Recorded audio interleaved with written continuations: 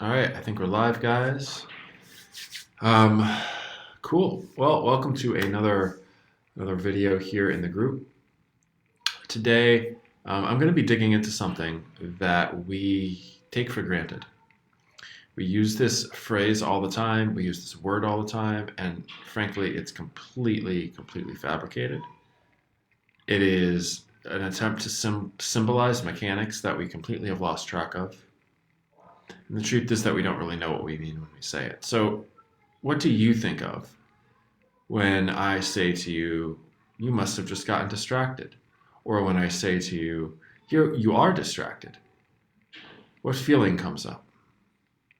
If you're like most people, it's the feeling of guilt or shame or upset. Oh, I did it wrong again, right?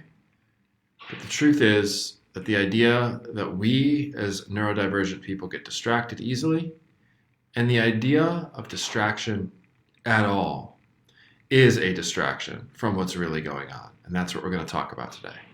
So distraction is the deviation from an intention or from a goal or from a direction, right, that was previously set. But it implies that what we're doing now is somehow inferior. Oh, I'm looking out the window while I'm talking to you. I must be distracted. What should I be doing? Well, what if looking out the window makes me connect better to you? What if the fact that I'm distracted helps me do the thing I'm very much trying to do better? You don't need to understand it.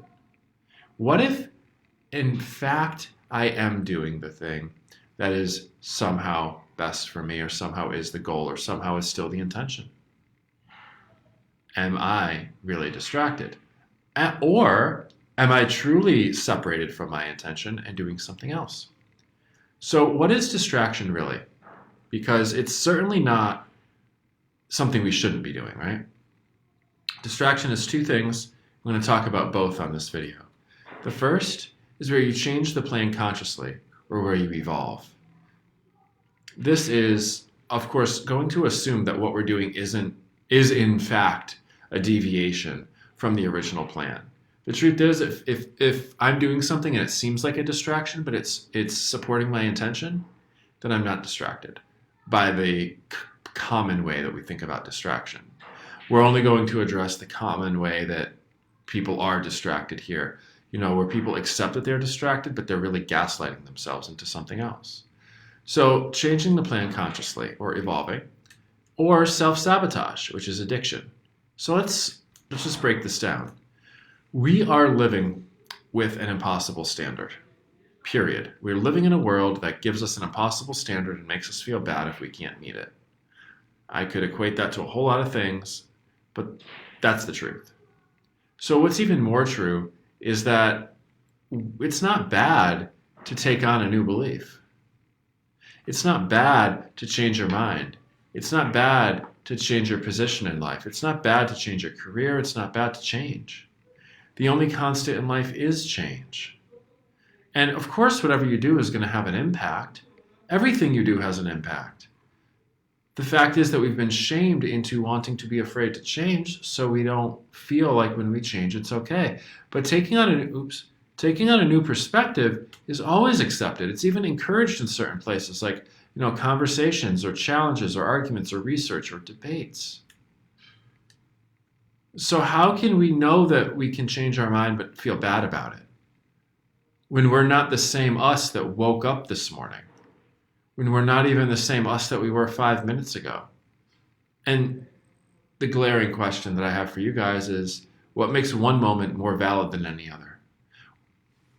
What makes us in one moment be able to say, this moment is better? The best answer I have is awareness, not consistency, but even then that's weak. Because what if the intention is to be less aware? What if the intention is truly to go to sleep, Is awareness, moments of awareness better, right? But in general, the reason I think this is the closest answer is because more awareness opens up our ability to see more from a more comprehensive perspective. We can assimilate or take in, make our own really sophisticated concepts and do it easily because we can see more. We're in a more relaxed state. And if we are in fact changing our mind, let's say we're becoming from a more stringent state to a more relaxed state, and somehow what we said contradicts. Or we change our mind about how we feel about something, so something we said previously no longer applies. Or we told ourselves that we would do something, and then we got into a different state, and suddenly the thing that we told ourselves doesn't have any more or less weight. If any of that happened, we're not actually distracted. We're choosing something else. Or we are consciously choosing something that feels better. Is that a distraction, or is that just us fulfilling our natural human right? Now, the second way that we could be distracted, the second quote-unquote distraction, is self-sabotage. That's a whole different type of thing. With self-sabotage, it's also not a true distraction because of what's going on for us. So here's the truth. We're not designed to be able to maintain long bouts of focus. We can't do it. We're not meant for that. Short bursts, medium bursts, maybe, if you're good, if you're lucky. We're not designed to be able to focus when our mood doesn't allow for it. If we can't focus, if we're burnt out, we can't force it or it won't work. We also can't be without our basic needs, which includes happiness, security, safety, those things. We can for a short while, but we can't make healthy decisions if we're without them for too long. All of that controls a hormone called dopamine. And without dopamine, we are just seeking our next fix. We're just seeking our next source of dopamine. So consider that in a series of experiments starting in the 1960s, rats were given the ability to self-administer morphine and other things like cocaine. Right? Some of those rats had a better standard of living. They played better. They had better social skills. They had other rats around. They had better food. And those with the better accommodations that were happier generally chose not to self-administer, and in some cases didn't at all. They didn't self-administer as much, in some cases not at all. These experiments, if you want to look them up, were called rat paradise, but that's not the point. The point is that in high stress, low relief, and bad quality of life situations, willpower is low, period. There's nothing we can do about it. That's a human limitation.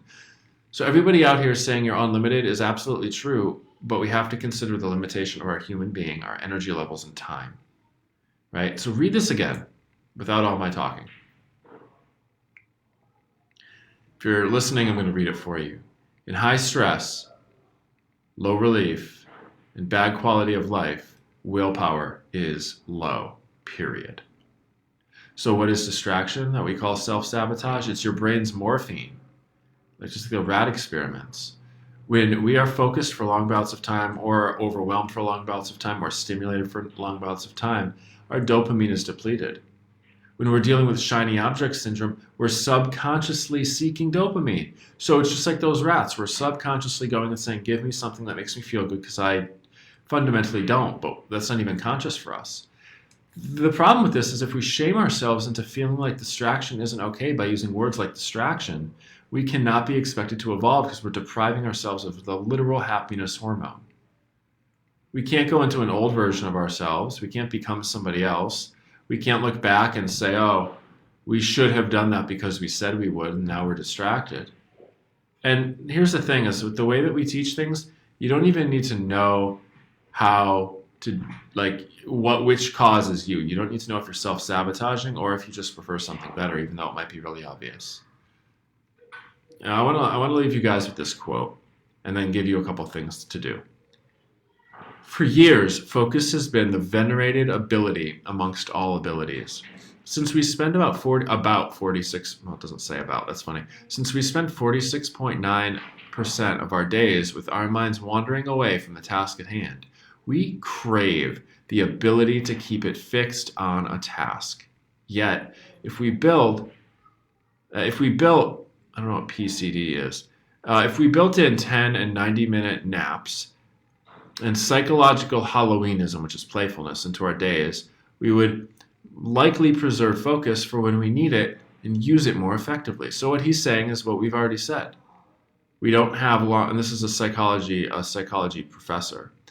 You know, we can't have long bouts of focus. We have to work and play, and we have to take breaks.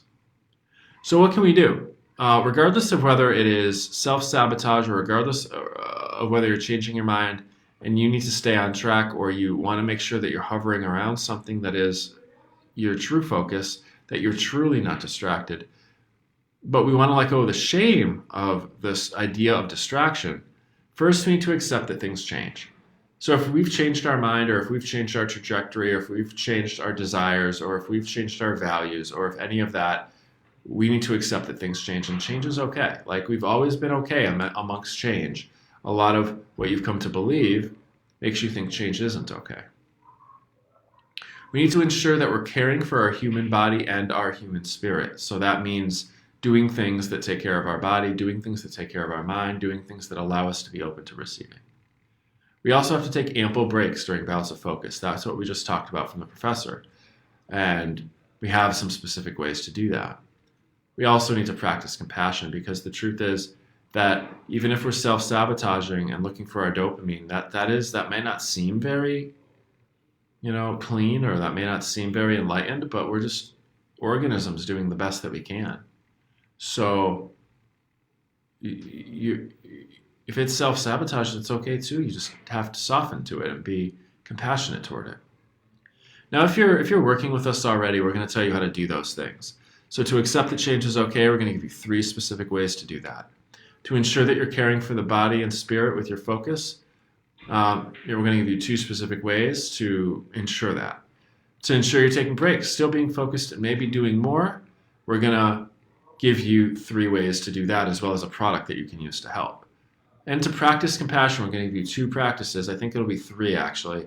There's just the 3rd is not listed here. That will allow you to practice compassion in the moment. So if you're a member, if you're already working with us, if you're one of our students, check out Volley for the next video, where we go in even deeper into why distraction is not really distraction. And for the rest of you guys, thanks for tuning in. If you have anything to say about this, or if you want to connect with me to learn why you're not distracted, or to learn how to better manage your energy, your overwhelm, or your time, shoot me a DM. I'm happy to set up a time to talk. Otherwise, have a good one, guys, and I'll see you in the next video.